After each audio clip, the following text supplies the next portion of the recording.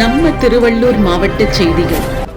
இன்று பொங்கல் விழாவை முன்னிட்டு திருவள்ளூர் நகரம் 6வது வார்டு பொதுமக்களுக்கு பாலாஜி ஏற்பாட்டில் திருவள்ளூர் மேற்கு மாவட்ட தலைவர் குட்டி அவர்கள் தலைமையில் கரும்பு, பச்சரிசி, முந்திரி, திராட்சை மற்றும் பரிசு பொருட்கள் வழங்கப்பட்டது. இதில் நகர ஒன்றிய நிர்வாகிகள் அனைவரும் கலந்து கொண்டார்கள்.